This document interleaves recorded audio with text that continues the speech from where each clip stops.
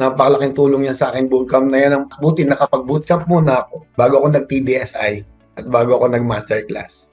Kasi kung hindi ako nag-bootcamp at inuna ko to, siguro ma'am, hindi ako makakagain ng ganito. Yung sa bootcamp 1, talagang mind-blowing po siya. Kasi it does not talk just about trading. Pero yung the whole scenario of it, yung matututo ka about sa journey sa pagtitrade. Very important talaga yung bootcamp. Fully recommended to sa mga seryoso na gawing career yung trading. Pero ang laking tulong din kasi nung bootcamp eh.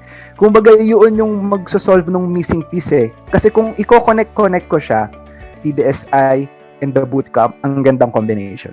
Kasi malaking bagay po talaga yung bootcamp. Kasi as in, kahit na sunod-sunod yung loss ko, as in sunod-sunod, like 10 streaks of losses. So parang pinapanood ko lang siya. Bootcamp lang po talaga. Napakaganda po ng bootcamp. Doon talaga hasain yung kwan mo kung paano ka mag-let go ng loss. Doon ko na-apply talaga yung kilos. Doon kasi tinuro yung paano ka tatagal sa market.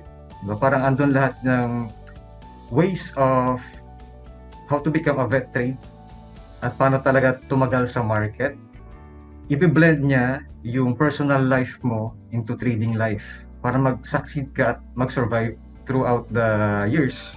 So, yung TDSI na standard course for Forex and yung bootcamp, maraming in-explain. Kailan ka dapat magdagdag. So, merit-based dapat yun. Ano dapat yung considerations mo kung anong lot size ang gagamitin on your positions. Dahil umattend din akong bootcamp, naging mas happy ako, mas naging parang relaxed trader, mas naging no emotion trader, parang ganoon eh, parang may entry, game, pasok, may exit. So, yun yung nakuha ko dahil umattend ako ng bootcamp, mas maging komportableng trader na ako, no? Kumbaga, mas naging lumawak yung kaalaman ko sa trading. And so far, in my current trades after 2 weeks kung gumraduate, sunod-sunod na yung naging gain ko.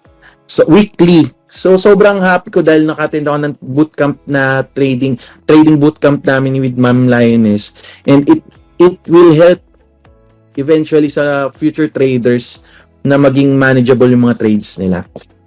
Kasi buti na lang dumaan ako sa bootcamp, trade management bootcamp, kung paano i-maneuver, paano i-deal yung losses. Yun, na-realize ko na ganun pala talaga.